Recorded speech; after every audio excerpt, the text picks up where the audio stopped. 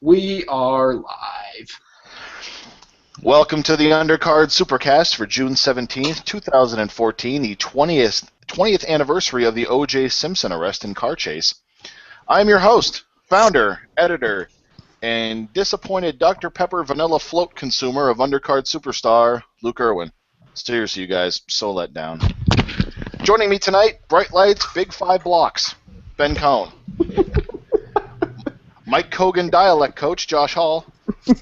Adjust your ironic scarves and tip your fedora, you white-knighting neckbeards. We have a lady present. Please welcome the debut of Naomi Kamornik. Hi.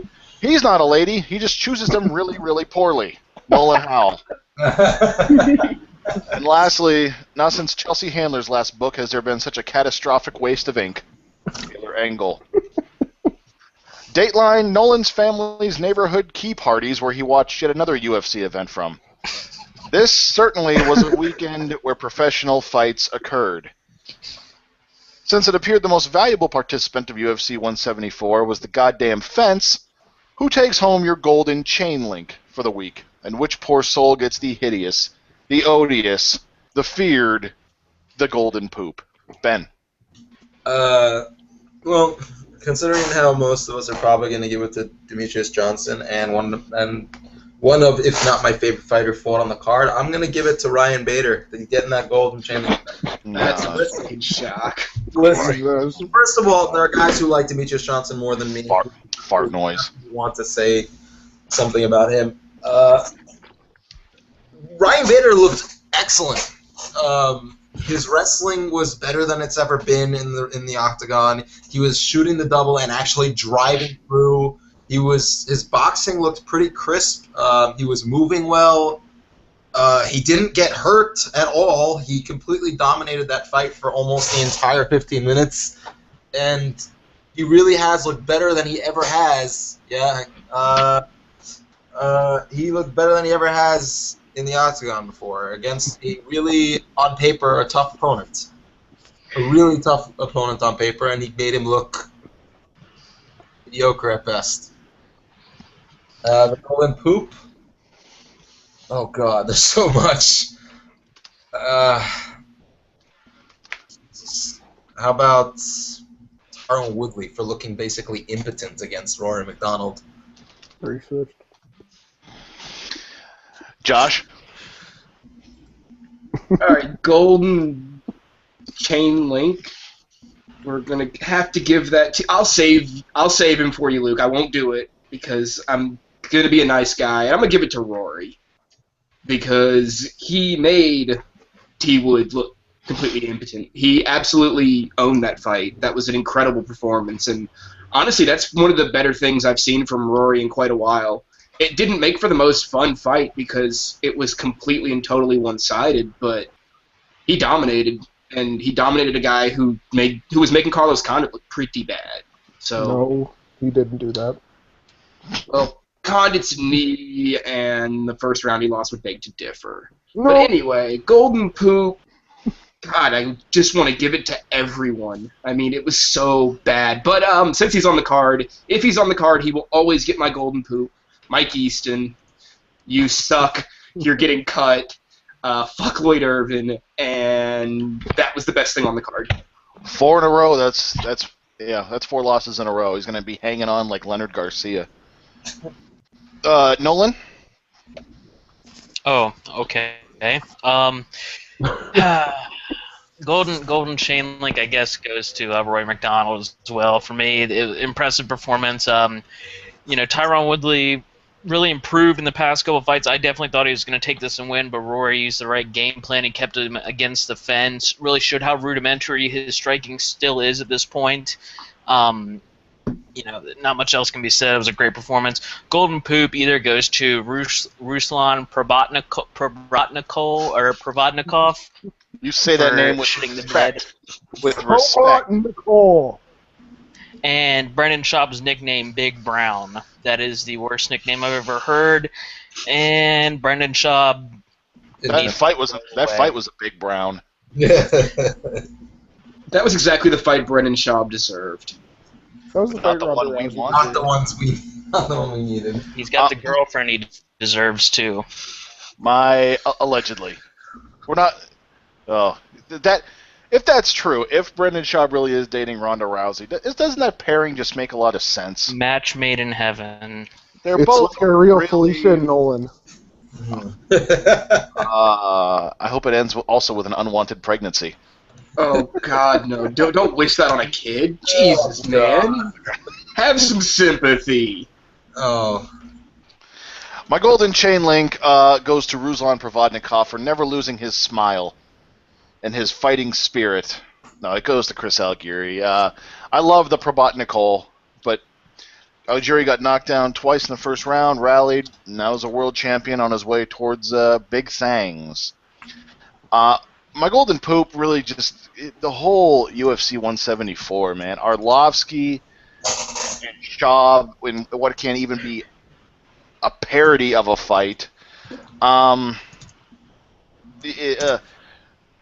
Bogatinov, who literally tried to push Demetrius Johnson through the cage walls for 5 straight rounds. It was awful. Rory just, Woodley had nothing for Rory. I'm also going to give a supplemental golden chain link to Bader. I thought he was going to get his head actually kneed off of his body, but hung in there tough. But man, the whole card was just they can't even go to Canada anymore. Thank God. Taylor Engel. Well, that was certainly a card of fights on Saturday. Seeing as all of the good options are taken, actually, no, nobody... Oh, never mind! I'll go with Demetrius Johnson. He's probably the best fighter in the world right now. He's definitely the most technically skilled, and he's definitely the fastest, and that's a combination that's, going to take forever to crack. It's, clearly exponentially better than whatever abomination of a skill set Ronda Rousey has. So, good for DJ for, running through another opponent, and hopefully somebody comes along eventually, like Ian McCall. You can really give him a good run for his money. Let's really class it up some here. Hipsterception between you two. Awful hipster bond. And Golden Poop, all the good fights and fighters are taken.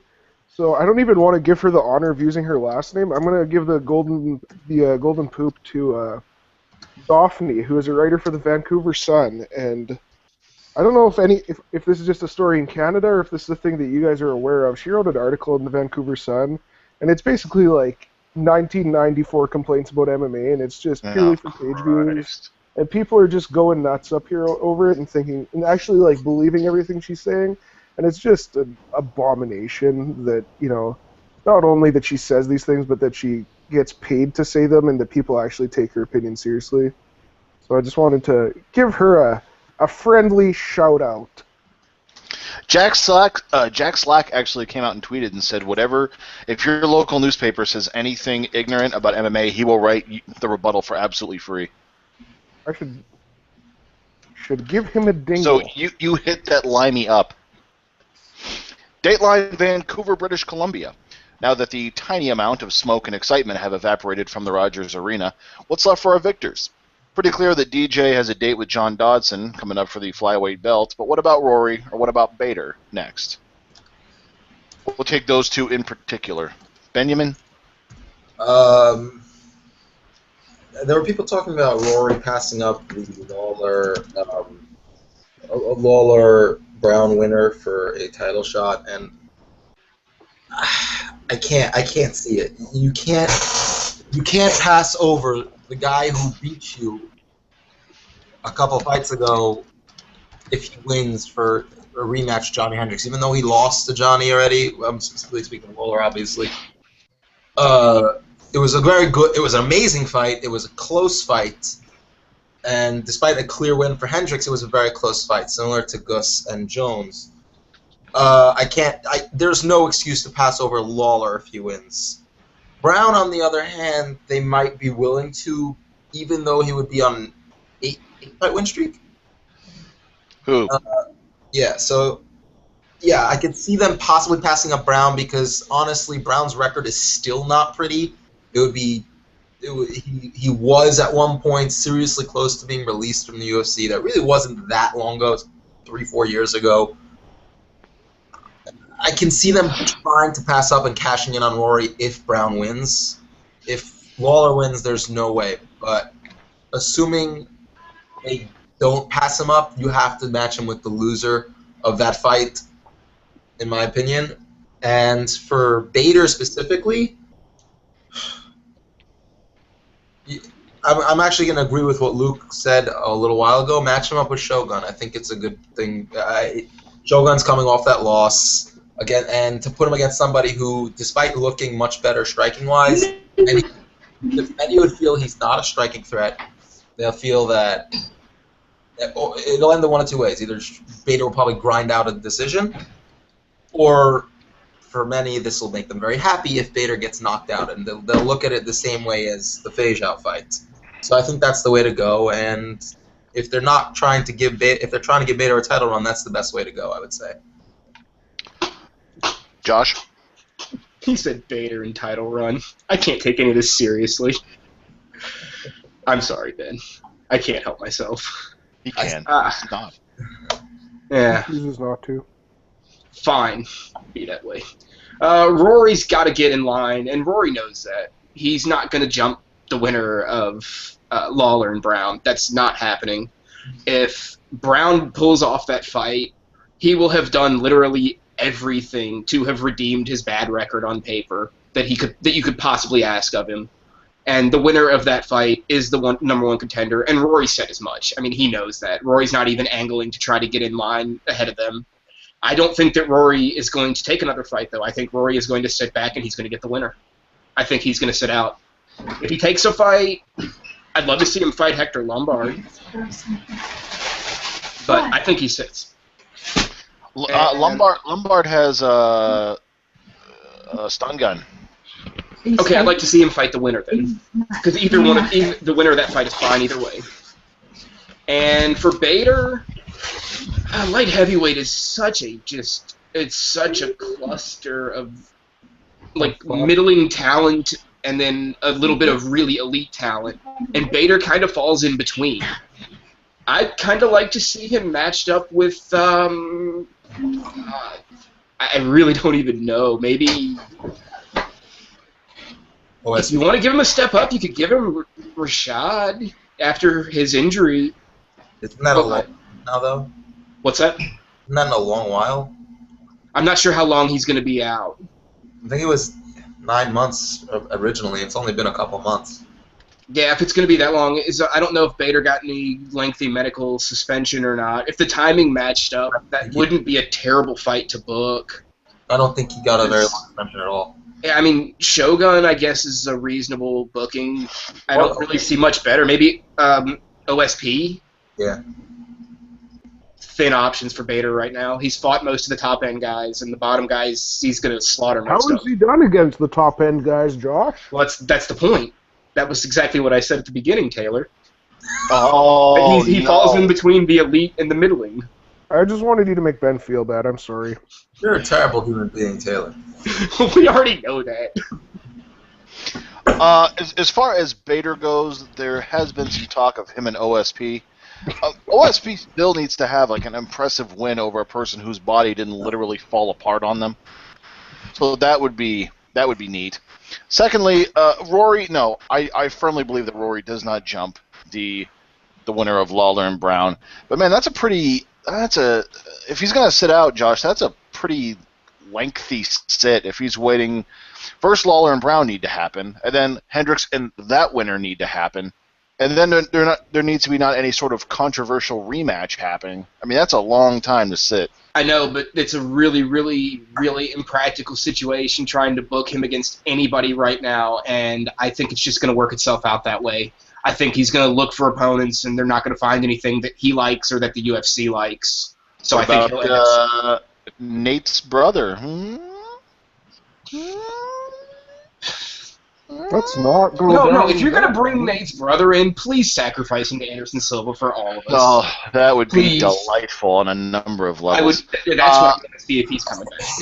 Bader Shogun. I mean, again, they don't like to, yeah, they don't like to go, winner versus loser. I know. OSP, I guess, would make sense, but the UFC has always tried to fast track Bader to a title shot. always. And they will do whatever path is necessary. Not since That doesn't Jones involve slaughtered him, though. him. Hopefully, if he would have beat Machida, he would have had a title shot. Well, How's yeah, that but going? everybody knew he wasn't going to beat Machida. But it was the thought that counted. He Yeah. was the sacrifice to Machida to advance him to a title shot, not the other way Shut around. up, Josh. But yeah, I also don't see how, even if he does work his way up, how him versus Jones is a viable. Yeah. So that's what I think. Yeah, OSP is probably the safe choice for Bader. Shogun, I don't think you can really take Shogun in terms of wins and losses. You just kind of match him up with whoever looks good. So Shogun, or maybe that's probably about it. Those are the two I would go with. Nolan. Roy McDonald's going to be sitting in line, starting a Twitter campaign to fight the winner of Matt Brown or Robbie Lawler for a title shot or something. Whatever. Ryan Bader, can we give him to Daniel Cormier for a warm-up fight? I mean, anything to see Bader get hurt. But honestly, I guess OSP or Shogun, maybe a guy like Maldonado, somewhere around that ranking anyway. I don't really know what you can do with Ryan Bader. If you want to fast track him to a title shot, you're going to be let down. So maybe Rumble Little Nog winner, or who Rumble inevitably faces once Little Nog pulls out. Yeah, or Dan Henderson, something like that. No, please don't feed Hendo to Bader. Oh, God. Please do. Oh. It would be more feeding. It would be more feeding Bader to Hendo. Hendo has virtually nothing left. Bader will run circles around him at this point. But the one thing he has left is enough to vanquish Ryan Bader. Not when he's on his back getting taken down 4 seconds into the round because he can't move his feet. Well, I thought it was my turn to talk, Josh. Taylor Nobody wants to Christian talk. Engel. What's your middle name? Charlemagne. I Cocksmith. like everyone else, I think Rory's probably going to take a seat until he gets a title shot. If he doesn't, he's literally fought everybody else in the top 10, has he not? Like, by the UFC's rankings? Other than Lombard? Hey, that's a fight to make. Other than Lombard? You see, Ben, Lombard has stun gun, as I will. No, after that fight. Yeah, we didn't talk about that earlier at all, Ben. We definitely did not talk about it. Vintage tone. Jeez. Alright, if he does decide to fight, I don't think that Safadine has a fight lined up, and that would be a fight that would definitely occur, so they could do that. That's actually not bad. I thought he was injured. I don't, Yeah, but he also is he? He's not that injured. He fought in January. I mean, well, I think This is an alpha male sport. None of that pussy shit. Ben, leave your beta-ness at home, all right, with your Ariel Helwani poster. And yeah, my idea for Bader was Rashad when Rashad gets healthy, but seeing as that's already been taken, I'll just hang a curveball for Luke here and say Jimmy Manuwa would not be a bad option. What about Hashad Evans? You didn't even do it. God damn it. Dateline, West Lynn, Oregon. One could call it a gangsta's paradise. The OG Chael Sonnen has decided to hang him up. What's your favorite Chael moment, Ben? Antonio Rodrigo Nogueira. The Nogueira brothers feeding him. Antonio Rodrigo Nogueira, he says. Feeding a carrot to a bus. That is probably one of my favorite Chael moments because it was just so what the fuck. I'd like to feed you to a bus. Of course you would. No, that would probably be one of my favorite Chael moments. If not, I really, really found that hilariously, just hilarious.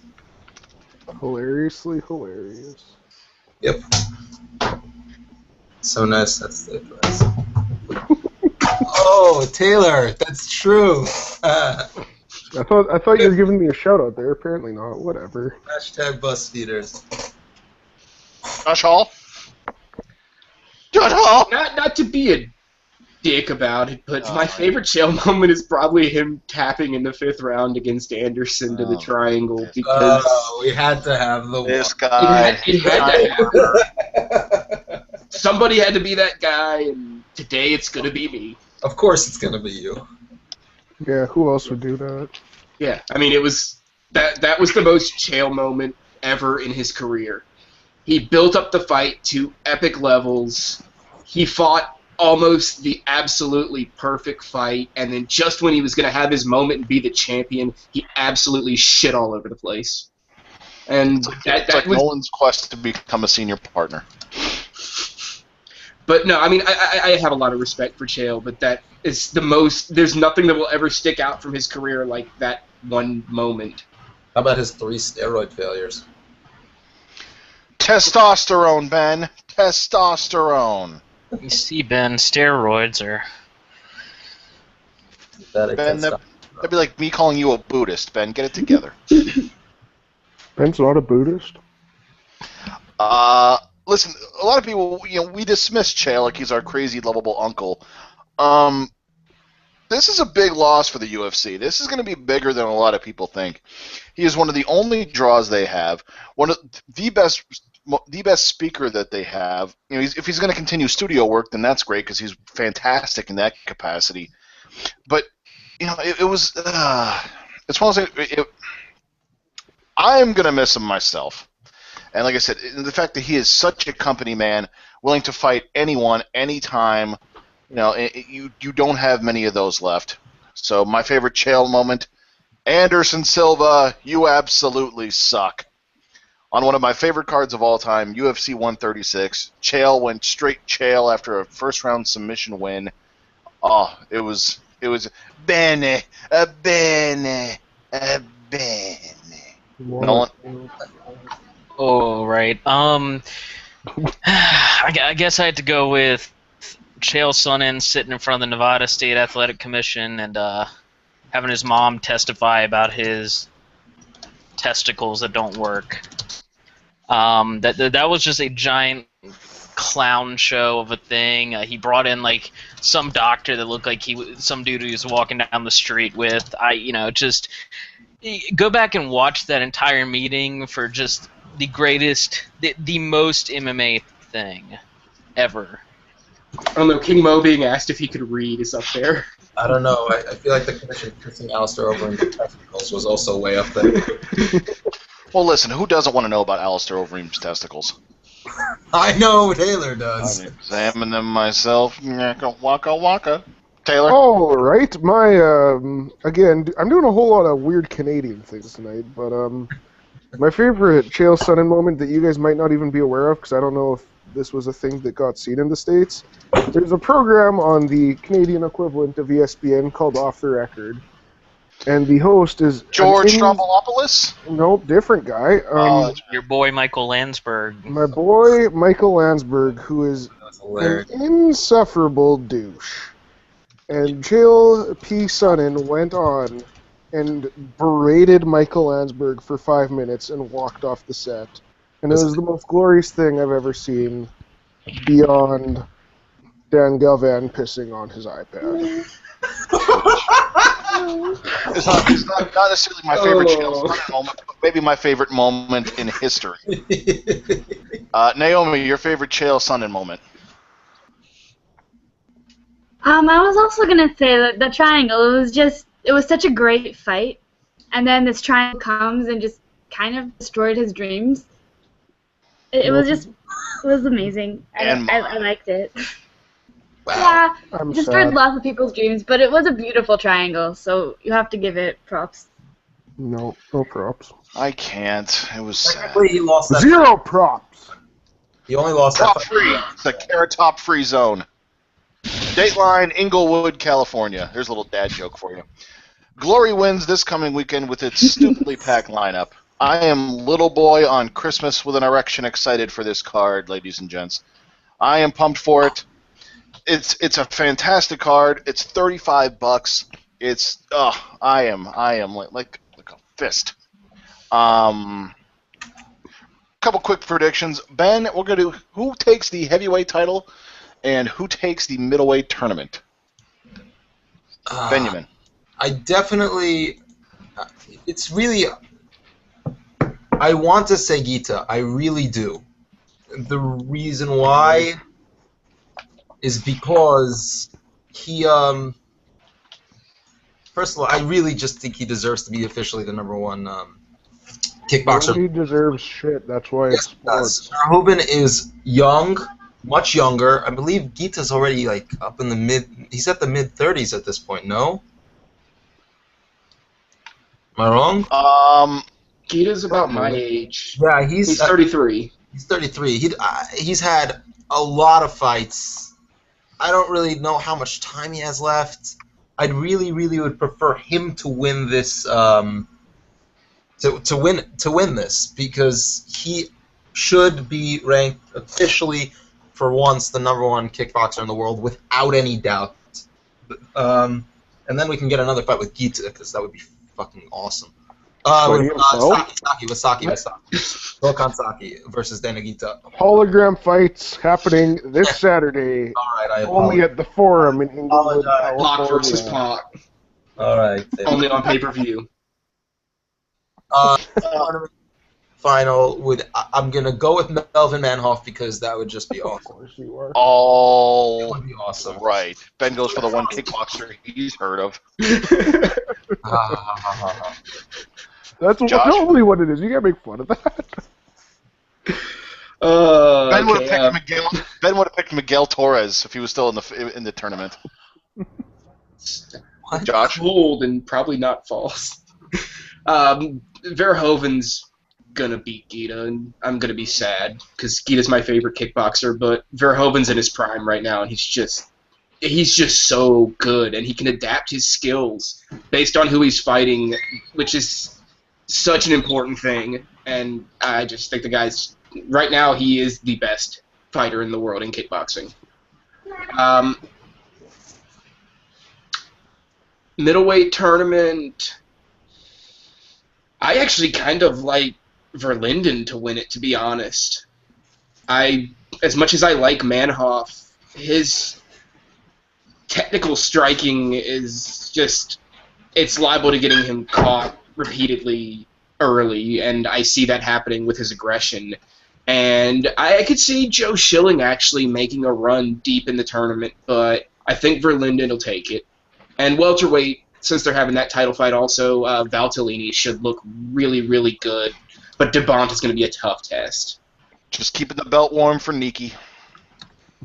Probably. In the middle, for the heavyweight title fight, I think Verhoeven. He's young. He's only going to get better. Not that Gita's on the downside at all, but Verhoeven beat Gita at his own game. He took everything Gita had and came back with more. I just think and again, that tournament surprised the hell out of everybody, myself included. I just think Verhoeven is too young, and now he's got the confidence to know that he can go in there and bang with the best in the world.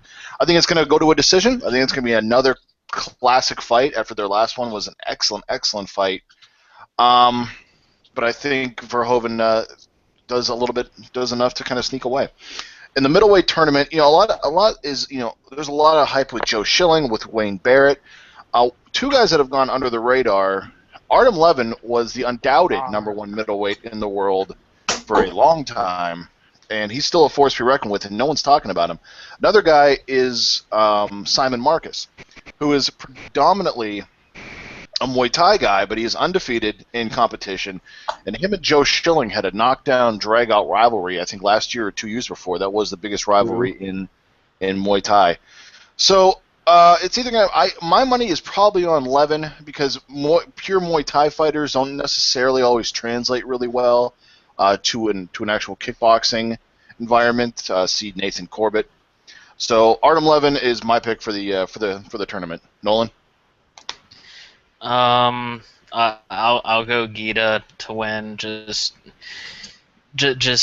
whatever. I don't really know. And then Bad News Barrett wins the middleweight tournament. I'm gonna be watching the World Cup. So. Of course. I'm going to be watching the World Cup. You're an I'm gonna be asshole. riding that. I'm gonna be riding that Verhoeven train too. He looked phenomenal winning the tournament, and he's not gonna get any worse. I think Guida's approaching the downside of his career faster than people think, and I think this is gonna be a blowout. Honestly, I think he's gonna win a wide decision. As far as the tournament goes, I was all prepared to be the only one to take Levin, but apparently there's one other person with some sense here. So I think Levin's the safe bet to win it. If I had to put money on anybody else, it'd be Simon Marcus. But I'd honestly be fairly shocked if anybody other than Levin took this tournament. He's been around for a while, but he's still like what, 28, maybe? Yeah, just around there. He's younger than probably 3/4 of the guys in this tournament. He's not an old guy. He just has a long list of guys that he's beating the living shit out of. So yeah, I think Artem Levin's gonna not take it handily, but I'd be surprised if he didn't take it. And lastly, before we sign up for tonight, Naomi, you are a 10th Planet Jiu-Jitsu student. That is correct? Oh, Yes, I am. What are your feelings on chemtrails? On what? I just didn't hear what you said. Chemtrails? What are your feelings on chemtrails? Chemtrails. I'm not 100% sure what that is, actually. Good. That was actually the correct answer. Thank God. Okay. And on that note, we will sign off for today. We will be back next week, Tuesday, 9 o'clock on the Coast That Matters. Thank you for watching. War Verhoeven. War Manhoff. War Germany.